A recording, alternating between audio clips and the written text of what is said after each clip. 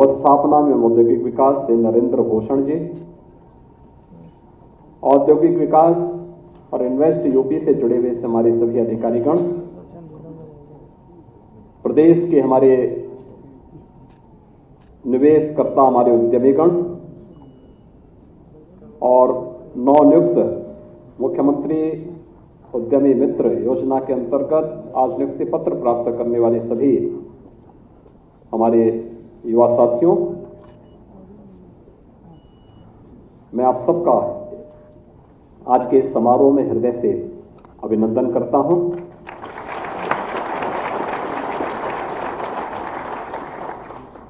मुझे प्रसन्नता है कि आज प्रदेश के अंदर नियुक्ति पत्र वितरण के इस कार्यक्रम में 102 निवेश प्रदेश के अंदर उद्यमी मित्रों को नियुक्ति पत्र वितरण के इस कार्यक्रम के साथ जोड़ा जा रहा है। इसके साथ ही जिन निवेशकों ने उत्तर प्रदेश में निवेश किया है और सफलतम निवेश के बाद उनके इंसेंटिव वितरण के कार्यक्रम के साथ 232 करोड़ रुपए से अधिक के इंसेंटिव वितरण के कार्यक्रम आज यहां पर संपन्न हुए हैं। मैं इन सभी उद्यमियों को इस अवसर पर हृदय से सफलतम निवेश के लिए बधाई देता हूं।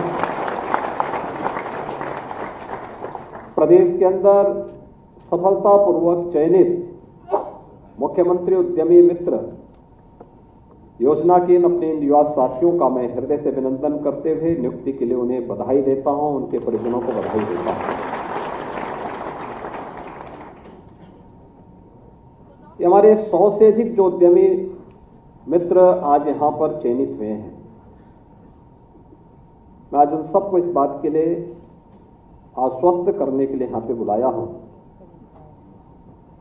कि आपने भी 14 दिन की अपनी ट्रेनिंग को देखा है और मुझे बताया गया कि इस दौरान आपने कुछ औद्योगिक स्थलों का और कुछ जो निवेश उत्तर प्रदेश में हुआ है उन उद्योगों का भी निरीक्षण किया है। जीवन की असली पारी अपने कैरियर को बनाने के लिए आपकी अब शुरू होने जा रही है और अगले 3 वर्ष के अंदर आप अगर अपने कार्यक्रमों के माध्यम से उत्तर प्रदेश के अंदर निवेश की इन संभावनाओं को आगे बढ़ाने में पूरी मजबूती के साथ करेंगे तो प्रत्येक माह आपके कार्यों का मूल्यांकन होगा। कार्यों के मूल्यांकन के साथ साथ वर्ष भर में भी आपके कार्यों को हम लोग मूल्यांकन करेंगे और 3 वर्ष के सफलतम कार्यकाल के उपरांत जो भी मुख्यमंत्री उद्यमी मित्र अपने कार्यकाल को यहां पे पूरा करेगा, अगर उसके बाद वो उत्तर प्रदेश शासन की औद्योगिक विकास से जुड़े हुए या विभिन्न हमारे औद्योगिक जो अथॉरिटी है उनमें या शासन की किसी भी सर्विस में वह नौकरी करने के लिए इच्छुक होगा तो एज में रिलैक्सेशन के साथ साथ स्पेशल वेटेज देने के लिए विशेष कार्यक्रम को हम प्राथमिकता देते हैं।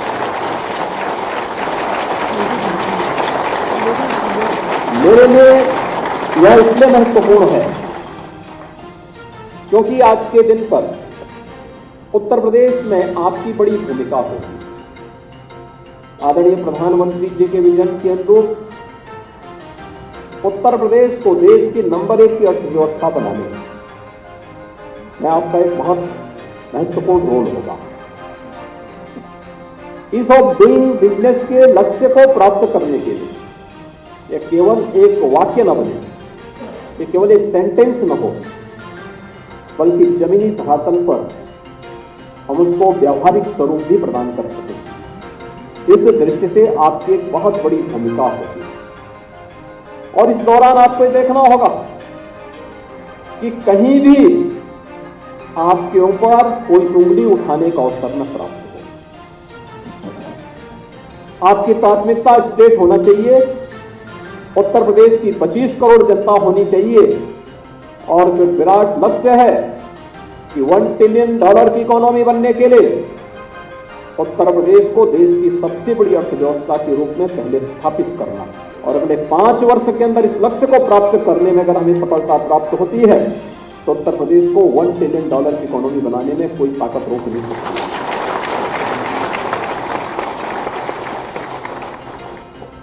आज जैसे हम लोगों ने उद्यमी मित्र नियुक्त किए हैं, ऐसे ही कुछ माह पूर्व मैंने उत्तर प्रदेश के अंदर लगभग 1 वर्ष पहले हम लोगों ने चयन किए थे एस्पिरेशनल विकास खंड के लिए सीएम फेलोशिप योजना के अंतर्गत प्रत्येक विकास खंड में कार्य करने वाले ऐसे युवा जो विकास खंड में जाकर के उस विकास खंड को आकांक्षी विकास खंड से उभार करके एक सामान्य विकास की प्रक्रिया के साथ जोड़ने वाले विकास खंड के रूप में, ब्लॉक के रूप में स्थापित करने में योगदान दे सके। और मेरा एक्सपीरियंस बहुत अच्छा है। मैंने यद्यपि नियोजन विभाग में प्रतिमाह उनके कार्यों का मूल्यांकन हो रहा है, मैंने भी नियुक्ति के बाद एक बार उन्हें मुख्यमंत्री आवास में बुला करके उनके साथ अपना संवाद बनाया था और मैंने उनसे पूछा था प्रत्येक से कि भाई आखिर आप क्या कर रहे हैं, कैसे आप कार्य कर रहे हैं। सबसे बड़ी बात यह है कि जो 100 हमने एस्पिरेशनल विकास खंड चयनित किए थे प्रदेश के अंदर, नीति आयोग के पैरामीटर और उनके इंडिकेटर के आधार पर हमने चयन किया। चयन के बाद हमने सुनिश्चित किया था कि यहां पे मैन पावर पूरा हो। कौन कौन से पैरामीटर ऐसे हैं जहां पर ये विकास खंड पीछे हैं और इसके लिए क्या प्रयास किया जाना चाहिए। पहले 3 महीने के अंदर ही जैसे ही हमने सीएम फेलोशिप योजना के अंतर्गत एक यूथ को उन विकास खंडों में चयन करके भेजा और उन्होंने कार्य करना प्रारंभ किया। सबसे बड़ी बात यह थी कि वे सभी जो यूथ हैं वे अपने अपने विकास खंड में ही रात्रि निवास करते हैं। किसी न किसी ग्राम पंचायत में प्रतिदिन उनका विजिट होता है, वहां पर जाकर के वहां के कार्यक्रमों के साथ जुड़ना और प्रतिदिन वहां की प्रोग्रेस को अपने हैंडसेट के माध्यम से या टैबलेट के माध्यम से वह अपलोड भी करते हैं। उसका मूल्यांकन होता है, फिर सत्यापन होता है और फिर उसके माध्यम से हम उन कार्यक्रमों को आगे बढ़ाने का कार्य कर रहे हैं। परिणाम अच्छे हैं, सकारात्मक हैं और इसीलिए मैं आपको इस बात के लिए कह रहा हूं कि आपके पास कोई शासकीय नियुक्ति प्राप्त करने के पहले एक्सपीरियंस का एक माध्यम बनेगा। दूसरा, जीवन की उन परिस्थितियों में, क्योंकि जैसे ट्रेनिंग होती है कि आपकी एक ट्रेनिंग भी है। मैं जानता हूं, मुझे जो बताया गया कि मैंने देखा है कि आपको जो यहाँ पे आज नियुक्ति पत्र यहाँ पर जो दिया जा रहा है, इनमें जो चयनित जो हमारे अभ्यर्थी हैं उनमें बहुत अच्छे जो यूथ आए हैं उनको यहाँ पर हम लोगों ने देखा। तो मुझे बताया गया पहले कि कुल लगभग 1500 लोगों ने आवेदन किया। 1500 में से 105 अभ्यर्थियों का चयन किया गया, जिनमें 87 पुरुष हैं, 18 महिलाएं हैं और 15 को हम लोगों ने उस सूची में, वेटिंग सूची में भी रखा है कि अगर उनमें से कोई नहीं आता है, नहीं ज्वाइन करता, तो उनमें से हम वेटिंग वालों को फिर प्राथमिकता के साथ आगे बढ़ा देंगे। और जो मैंने देखा है कि यहाँ पर ब्लाइडर यूनिवर्सिटी से, यूनिवर्सिटी ऑफ वेल्स कार्डिफ से, यूके से, IIM Lucknow, IIM Indore, BHU, BITS Mesra, IIIT Prayagraj, Maharshi Modi, NIT Prayagraj, IIIT Gwalior, EMU, IMT Nagpur, यानी जैसे 5 शीर्ष जो शिक्षण संस्थान है वहां से जो ग्रेजुएट हैं या पोस्ट ग्रेजुएट हैं, वो सभी जो यूथ हैं उन लोगों ने इसके लिए आवेदन किया और आवेदन करने के बाद फिर यहाँ की टीम ने औद्योगिक विकास के साथ मिलकर के मुख्यमंत्री सलाहकार परिषद से जुड़े हुए जो यहाँ के हमारे अधिकारी हैं, इन लोगों ने मिलकर के फिर चयन की इस प्रक्रिया को आगे बढ़ाया है। और आज आपका चयन होने के बाद 14-15 दिन की ट्रेनिंग के बाद आज ये नियुक्ति पत्र वितरण का एक कार्यक्रम यहाँ पे संपन्न हो रहा है। मैं इस अवसर पर आप सबको हृदय से बधाई देता हूँ और अपनी शुभकामनाएं देता हूँ। मेरी आप सबसे ये अपील होगी कि आपके पास एक अवसर है कार्य करने का, अपने आप को साबित करने का, अपनी क्षमता को प्रदेश के हित में लगाने का और आपके द्वारा जो भी प्रयास होंगे प्रदेश के हित में उसके बेहतर परिणाम को अपनी आंखों से देखने का। उत्तर प्रदेश के सामने एक अवसर है। हम सब जानते हैं आदरणीय प्रधानमंत्री जी की असीम कृपा उत्तर प्रदेश पर, उनके मार्गदर्शन और नेतृत्व में उत्तर प्रदेश आज देश के अंदर सभी क्षेत्रों में विकास की एक लंबी छलांग लगा रहा है। और औद्योगिक निवेश के क्षेत्र में उत्तर प्रदेश का पोटेंशियल क्या है, या तो आप देख सकते हैं जब हमने फरवरी में ग्लोबल इन्वेस्टर समिट का आयोजन उत्तर प्रदेश के अंदर किया। मैं मानता हूं कि जब लोग इस बात को मानते थे, कोई जानने को तैयार ही नहीं था कि उत्तर प्रदेश में भी इतने अच्छे प्रस्ताव आएंगे, कोई तैयारी नहीं था। लेकिन मेरे पास अनुभव था 2018 का भी। 2018 में जब उत्तर प्रदेश में इन्वेस्टर समिट होना था, तो उस समय की टीम को जब मैंने कहा था कि भाई इन्वेस्टर समिट करना है, तो ये लोग मेरे पास आए 3 महीने की एक्सरसाइज के बाद। लेकिन आने में उनको संकोच था, लेकिन मैंने बुलाया उनको, मैंने कहा बताओ मुझे क्या प्रॉब्लम है। तो मैंने कहा हमने तैयारी कर ली। मैंने कहा तैयारी में क्या किया? उन्होंने कहा हमने तैयारी की है, 20,000 करोड़ का निवेश के प्रस्ताव हम लोग लेके आएंगे। तो मैंने कहा नाम क्या दिया है? कहा ग्लोबल इन्वेस्टर समिट। मैंने कहा पहले नाम चेंज करो, लोअर लिमिट 2 लाख का रखो और 2 लाख के बाद तब फिर यहाँ निवेश करो। मैंने कहा यूपी में कौन आएगा? मैंने कहा जो लोग लीड कर रहे हैं उन्हीं को विश्वास नहीं है, तो लोग कैसे आप पे विश्वास करें? पहले स्वयं पर विश्वास करो। उन्होंने कहा यूपी में कौन आएगा? मैंने कहा यूपी में सब आएंगे, आप चिंता मत करिए, कुछ रोड शो की तैयारी करेंगे। हमारे पास इतना समय नहीं था कि हम दुनिया के देशों में जा सकें, लेकिन उस समय देश के अंदर ही रोड शो हुए और रोड शो में मैंने उस टीम को भेजा। मैंने कहा आप लोग जाइए, अलग अलग राज्यों में जाइए, उद्यमियों से संवाद करिए, बातचीत करिए, पॉलिसी बनाइए। कुछ कार्य हुआ और एक रोड शो में मैंने कहा मैं जाऊंगा। मैं एक नहीं गया था, तब भी गया था, इस बार भी मैं एक ही जगह गया था। और 2018 में जब मैं गया था पहले रोड शो में, यद्यपि हमें लगभग 2.5 लाख करोड़ रुपए के प्रस्ताव मिले थे उस रोड शो में, लेकिन रोड शो में जब मैं गया था तो जो भी उद्यमी वहां मुझे मिलता था सब कहते थे साहब हमने तो यूपी में कसम खाई है कि दोबारा नहीं आएंगे, लेकिन आप कह रहे हैं तो एक बार आ जाएंगे।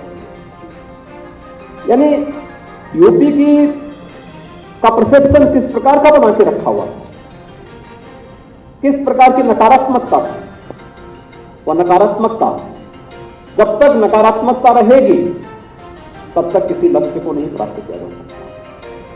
जब तक अनिर्णय की स्थिति रहेगी तब तक हम किसी लक्ष्य को नहीं प्राप्त कर सकते। जब तक हम प्रदेश के बारे में, प्रदेश के पोटेंशियल को पहचानेंगे नहीं, तब तक हम प्रदेश का कल्याण नहीं कर सकते। और मैं तब भी कहता था कि नहीं, उत्तर प्रदेश में निवेश आएगा, लेकिन 2018 था, प्रारंभिक समय था हमारे लिए। उस समय सरकार 17 मार्च 17 में बनी थी। 17 के अंत में मैंने इन्वेस्टर समिट की बात कही थी और फरवरी 18 में हमने पहला इन्वेस्टर समिट किया था। और मुझे अच्छा लगा कि इस समय जब लक्ष्य रखा गया था तो मैंने कहा कम से कम इतना निवेश तो आएगा ही जितना उत्तर प्रदेश का वार्षिक बजट होता है। वार्षिक बजट उत्तर प्रदेश का उस समय 4,27,000 करोड़ का था। हमें 4,68,000 करोड़ रुपए के प्रस्ताव प्राप्त हुए। और इस बार जब इन्वेस्टर समिट हुआ था, इन्वेस्टर समिट के पहले भी इसी प्रकार की भूमिका हुई। लोग कहते हैं साहब हमारा बजट 7 लाख का था, 7 लाख करोड़ यहां पे निवेश के प्रस्ताव आएंगे। मैंने कहा एक बार प्रयास तो करो। टीमें बनाई गई, लगातार कार्यक्रम प्रारंभ हुए। औद्योगिक विकास और इन्वेस्ट यूपी ने अलग अलग पॉलिसी भी बनाई। काफी होमवर्क हुआ। तमाम हमारी सहयोगी संस्थाओं ने भी उसमें योगदान दिया। परिणाम रहा हम धीरे धीरे करके आगे बढ़ते गए। और इस बार आपने देखा होगा इन्वेस्टर समिट कैसे होना चाहिए। उत्तर प्रदेश ने एक मानक तय कर दिया। 35 लाख करोड़ रुपए के प्रस्ताव उत्तर प्रदेश जैसे राज्य में। लोग मुझसे पूछते हैं यूपी में इतने प्रस्ताव कैसे आए। मैंने कहा यूपी उस लायक है कि इतने प्रस्ताव आने चाहिए थे और आए। यूपी की साइज, यूपी की जनसंख्या, यूपी की पोटेंशियल इस अनुरूप है कि 35 लाख करोड़ रुपए के प्रस्ताव यूपी को मिलने चाहिए थे। बहुत सारे लोगों को लगता था कि आंकड़े फेक हैं। उन लोगों ने अपने तरीके से उस पर काम करना शुरू किया और बाद में फिर 5वें दिन 7वें दिन मुझे फोन करके बोलते थे कि साहब हमें अच्छा लगा कि ऑर्गेनिक। मैंने कहा यहाँ इनऑर्गेनिक कुछ होता ही नहीं, जो भी होता ऑर्गेनिक ही होता है।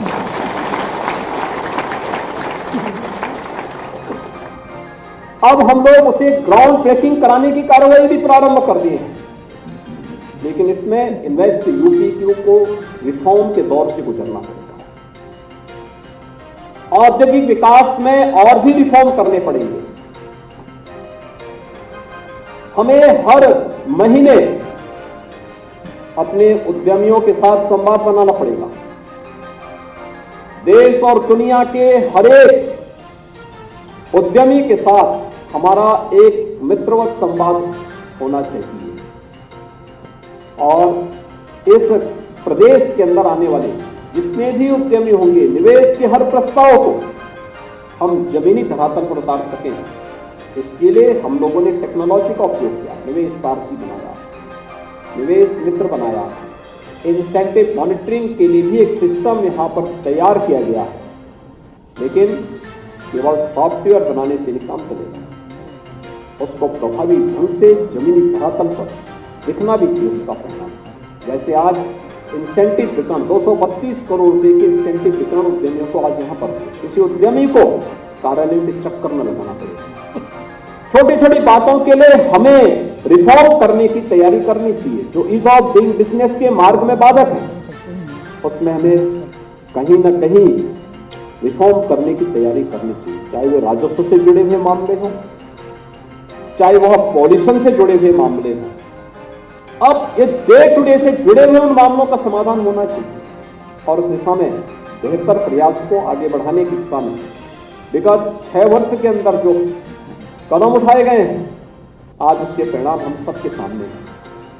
और मैं आप सभी नवनियुक्त उद्यमी मित्रों से ही अपील करूंगा कि आपको अपने आप को साबित करने का एक अवसर मिलेगा। दोनों अवसर होंगे। आपको लालच भी देने का प्रयास होगा, आपके मनोबल को तोड़ने का प्रयास भी होगा। लेकिन इन दोनों परिस्थितियों में बिना डिगे, बिना बहके और बिना झुके आपको प्रदेश की 25 करोड़ जनता को ध्यान में रख करके उत्तर प्रदेश को $1 ट्रिलियन की इकोनॉमी और देश की सबसे बड़ी अर्थव्यवस्था के रूप में स्थापित करने के लक्ष्य में अपने योगदान को रेखांकित करते हुए कार्य करना है। वही आपके मूल्यांकन का सबसे बड़ा आधार होगा। कुछ लोग अथॉरिटी में काम करेंगे, कुछ लोग यूपी सीडा के साथ मिलकर काम करेंगे, कुछ लोग औद्योगिक विकास में काम करेंगे, कुछ लोग अलग अलग जनपदों में जो हमारी अथॉरिटी है वहां पर जाके कार्य करेंगे, कुछ लोगों को अलग अलग क्षेत्रों में उनको कार्य करने का अवसर प्राप्त होगा। अच्छा होगा कि प्रतिमाह हर जनपद में हमारे औद्योगिक विकास से जुड़े हुए वहां पर उद्यमियों के साथ जिलाधिकारी और मंडलायुक्त की बैठकें होती हैं। हमारा प्रयास होना चाहिए कि उस समय जो मुद्दे आते हैं आप लोग चुपचाप बैठ के देखना, जो मुद्दे आते हैं उसको नोट कर लिया, उस उद्यमी के फोन नंबर को भी नोट कर लिया। फिर प्रयास होना चाहिए जिससे संबंधित मामला उनसे कहकर कि ये मामला आया है, इसका आप समाधान एक समय सीमा के अंदर करिए। अगर वो कहता है कर दिया तो उस उद्यमी से बात कर लिया कि आपकी समस्या थी, क्या इसका समाधान हुआ कि नहीं हुआ। नहीं हुआ है, आपका कार्य है फिर यहां पर ऊपर की इकाई में बताना कि फलानी बैठक में ये मुद्दा उठा था लेकिन अब तक समाधान नहीं हो पाया है, इसके लिए हमें क्या करना। इसके बारे में अगर शासन इसका संज्ञान लेकर के फलाने उद्यमी से बातचीत करके उसकी क्वेरीज को समाधान कर लेंगे तो ये है हमें ईज ऑफ डूइंग बिजनेस के इस कार्यक्रम को, इस लक्ष्य को आगे बढ़ाने में हम मदद कर सकते हैं। ईज ऑफ लिविंग के लक्ष्य को हम आगे बढ़ाने में योगदान दे सकते हैं। प्रदेश के परसेप्शन को और बेहतर बनाने में हम योगदान दे सकते हैं। आज प्रदेश की कानून व्यवस्था में कोई उंगली नहीं उठा सकता क्योंकि हमने कोई लोच लचक उसमें छोड़ी नहीं। जो कार्य होना है सीधे सीधे होना है और उसमें जब कोई गुंजाइश नहीं है तो कोई उंगली भी नहीं उठा सकता। ऐसे ही औद्योगिक निवेश के क्षेत्र में भी हमें कोई गुंजाइश नहीं छोड़नी है। हर कार्य को बिना किसी हीला हवाली के त्वरित निर्णय लेने की सामर्थ्य विकसित करते हुए पारदर्शी तरीके से, शुचितापूर्ण तरीके से कार्य करेंगे, कोई आपके कार्य में उंगली नहीं उठा सकता। और उस सेतु का काम आपको करना है। या कहीं भी कोई कार्य होता है, किसी भी स्तर पर किसी भी व्यक्ति को अनावश्यक रूप से उंगली उठाने का अवसर प्राप्त नहीं होना चाहिए। और यह एक उचित अवसर आपके पास होगा। और मैं आज के इस अवसर पर आपको इस बात के लिए आश्वस्त करता हूं कि राज्य सरकार, आप राज्य के हित में कार्य करेंगे तो राज्य सरकार आपके हितों को भी प्राथमिकता के साथ आगे बढ़ाने का कार्य करेगी। मैं जानता हूं प्रारंभिक समय में जो आपको मानदेय दिया जा रहा है, मानदेय की राशि मत देखिए। आपके पास एक अवसर है इस मंच से जोड़ने का और इसमें अपने आप को साबित करने का। यह समय है जब आप नया एक्सपीरियंस गेन कर सकते हैं, एक नए अनुभव के दौर से गुजर सकते हैं, एक नए कार्यक्रम के साथ आगे बढ़ने का कार्य कर सकते हैं। और मेरा तो मानना है कि हमें हर एक मेरे जो पहले के अनुभव हैं, जो मैंने देखा है अभी, जो हमने एस्पिरेशनल विकास खंड में लगभग 100 ऐसे सीएम फेलोज की तैनाती की है, वे कार्य कर रहे हैं युद्ध स्तर पर, विकास खंड मुख्यालय पे ही रह करके अपनी जिम्मेदारियों का निर्वहन करते हैं। उसमें मैंने एक चीज जो सबसे अच्छी देखी है, ये लोग चुपचाप अपना कार्य करते हैं, लेकिन इनके ब्लॉक मुख्यालय पर रहने का परिणाम क्या था कि जो अधिकारी कभी ब्लॉक मुख्यालय में नहीं रहते थे, उन्होंने ब्लॉक मुख्यालय में रहना शुरू कर दिया। वे सब आज ब्लॉक मुख्यालय में रहते हैं, उन ब्लॉक में रहते हैं। अब अधिकारी की उपस्थिति है तो कुछ तो करेगा, लेकिन कितना सोएगा 24 घंटे में? अगर ज्यादा सोएगा तो पागल हो जाएगा। इसलिए वह कुछ तो करेगा फिर वह, और फिर क्या कार्य हो रहा है इसकी समीक्षा होने लगती है। कौन कौन से पैरामीटर है, उस पैरामीटर में क्या हुआ, शिक्षा में क्या हुआ, स्वास्थ्य में कहां हम बढ़े हैं, जल संसाधन में कहां बढ़े हैं, स्किल डेवलपमेंट में क्या कार्य हुआ है, रोजगार सृजन में बैंक क्या कर रहे हैं। आज ये चीजें देखने को मिल रही है और मुझे लगता है कि एक सकारात्मक पहल है। वे हस्तक्षेप नहीं करते किसी के कार्य में, लेकिन एक तीसरी आंख के रूप में वे अपना कार्य कर रहे हैं।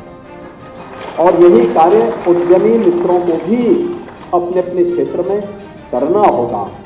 सेतु के साथ साथ उसकी जानकारी समय पे विभाग को उपलब्ध करवाना, अपलोड करना। और आपने ये 14-15 दिन की जो ट्रेनिंग ली है, इस ट्रेनिंग के साथ साथ प्रदेश सरकार की विभिन्न पॉलिसीज को देखना, प्रदेश सरकार में कहां पर क्या समस्याएं हैं, उन सभी चीजों को देख करके और फिर औद्योगिक निवेश के मार्ग के सभी बाधाओं को दूर करने में अपने योगदान देना, अपने अनुभव का लाभ देना या नया अनुभव भी लेना आपके लिए बहुत उपयोगी हो पाएगा और राज्य के हित में भी बहुत उपयोगी हो पाएगा। मैं आप सभी को आज के इस अवसर पर 105 मुख्यमंत्री उद्यमी मित्रों को यहाँ पे नियुक्ति पत्र वितरित हो रहा है, इन सबको हृदय से बधाई देता हूँ। आपके अभिभावकों को भी हृदय से बधाई देते हुए उनका अभिनंदन करता हूँ। साथ ही साथ यहाँ पे 232 करोड़ रुपए से अधिक का इंसेंटिव वितरण का जो कार्यक्रम आज यहाँ पे संपन्न हुआ है, इन्होंने विश्वास किया सभी उद्यमियों ने उत्तर प्रदेश में, आज उनको इंसेंटिव वितरण का कार्यक्रम, इससे पहले भी लगातार कार्यक्रम काफी तेजी के साथ आगे बढ़ा है। और मैं आश्वस्त करना चाहता हूं प्रदेश के अंदर निवेश करने वाले हर अपने निवेशक को कि उत्तर प्रदेश सरकार, अगर आप उत्तर प्रदेश पर विश्वास किए हैं, उत्तर प्रदेश सरकार पर आपने विश्वास किया है, तो आपके विश्वास के साथ किसी को भी विश्वासघात करने की छूट हम नहीं देंगे। आप यहाँ पे जैसे ईज ऑफ डूइंग बिजनेस के लक्ष्य को उत्तर प्रदेश ने तेजी के साथ चेंज किया है, 14वें से लेकर 200 नंबर पर हम आ गए, ऐसे ही उत्तर प्रदेश के अंदर जैसे सुरक्षा का एक बेहतर वातावरण दिया, आज के दिन पर कोई उद्यमी, कोई व्यापारी आज के दिन पे शिकायत नहीं करेगा कि किसी ने उनको फोन किया पैसे लेने।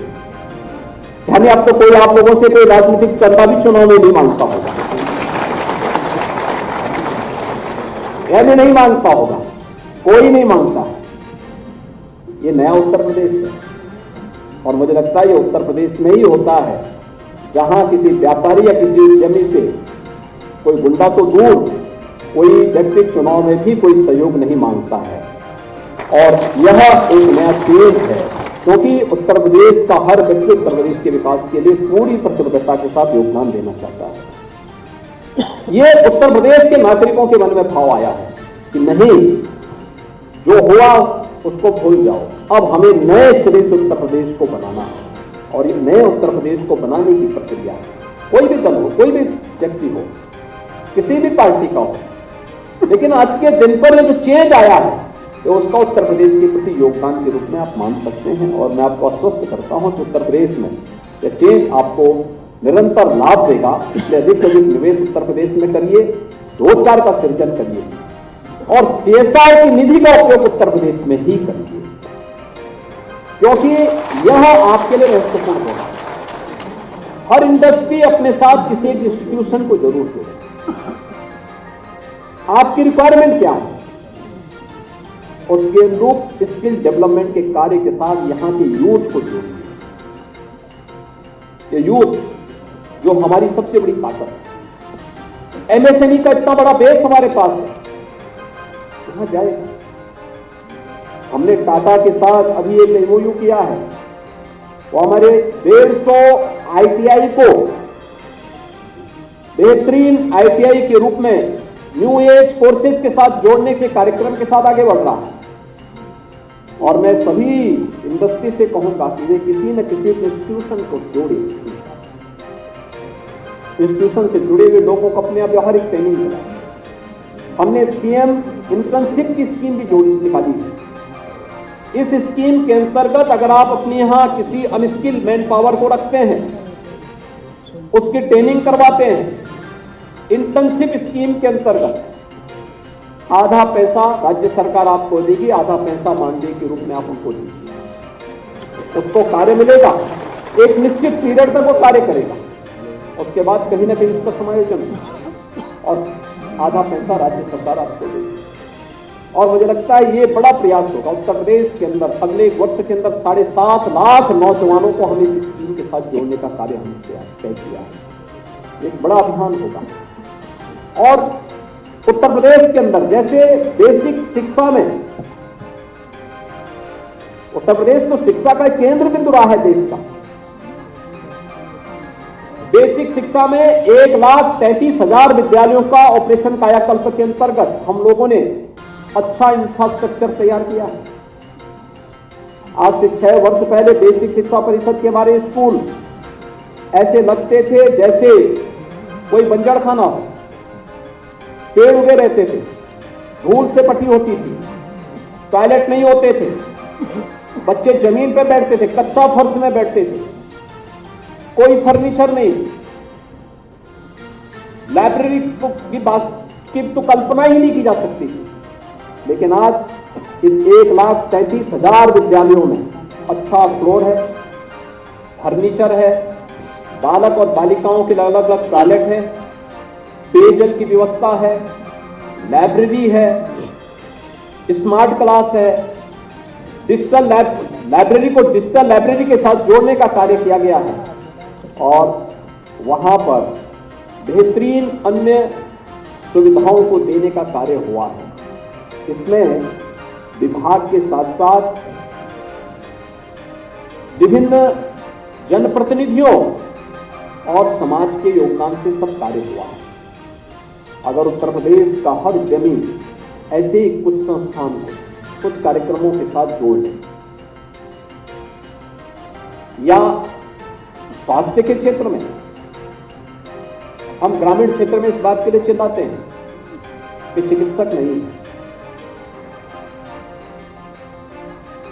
या चिकित्सालयों में जो अच्छे चिकित्सालय हैं वहां भीड़ होती है। आज केजीएमयू में जाइए आप, 10,000 लोग वहां पे खड़े होंगे लाइन में, अलग अलग लाइन में खड़े होंगे डॉक्टर को दिखाने के लिए। एसजीपीजीआई में 2,500 से 3,000 लोगों की भीड़ खड़ी होती है चिकित्सक को दिखाने के लिए। स्क्रीनिंग अलग अलग स्टेजेस पे हो, एक हेल्थ एटीएम एक पीएससी पे हमने लगा दिया और एक टेक्नीशियन को ट्रेन कर दिया। हेल्थ एटीएम की कीमत कितनी होगी? 5 से 7 लाख, इससे ज्यादा का नहीं। टेक्नीशियन को हमने उसके साथ जोड़ दिया, 60 प्रकार की जांचें वो कर देगा और वहीं से बैठे बैठे टेली कंसल्टेशन से हम गांव के व्यक्ति को सारी सुविधाएं दे सकते हैं। जो व्यक्ति सामान्य सर्दी, जुकाम, खांसी या सामान्य वायरल फीवर से जुड़ा हुआ व्यक्ति हो, गांव में उसको मिल गई तो शहर की भीड़, डिस्ट्रिक्ट हॉस्पिटल की, मेडिकल कॉलेज की या बड़े चिकित्सा संस्थान की भीड़ की स्क्रीनिंग का कार्य वहां होगा। तो यहां पे क्वालिटी हेल्थ की सुविधा हम दे पाने में सफल होंगे। डॉक्टर की कमी को दूर भी किया जा सकता है, लगातार विभाग उस पर कार्य कर रहा है, लेकिन अगर समाज उसके साथ जुड़ जाता है कितनी बड़ी भूमिका हो सकती है। तमाम अन्य संस्थानों के में भी आप अपना योगदान दे सकते हैं। आज तो आपने देखा होगा कितना बड़ा कार्यक्रम पिछले 9 वर्ष के अंदर प्रधानमंत्री मोदी जी के नेतृत्व में देश के अंदर हुआ। गरीब कल्याण योजनाओं को बिना भेदभाव के हर तबके के लोगों तक पहुंचाने का कार्य हुआ। ये जो कार्य हुए हैं, इन कार्यों के साथ अगर हम भी जुड़ करके, समाज भी जुड़ेगा, उद्यमी भी जुड़ेगा, तो इसकी गति और तेजी के साथ आगे बढ़ सकती है और हमें उस कार्यक्रम के साथ अपने आप को जोड़ना होगा। इस विश्वास के साथ मैं एक बार फिर से मुख्यमंत्री उद्यमी मित्र की नियुक्ति के साथ जुड़े हुए सभी युवा साथियों को हृदय से बधाई देता हूं। जिन उद्यमियों को सफल निवेश के बाद यहां पर आज उनका इंसेंटिव प्राप्त हुआ है, उन्हें भी मैं हृदय से बधाई देते हुए उनका अभिनंदन करता हूं। धन्यवाद। जय हिंद। बहुत बहुत धन्यवाद।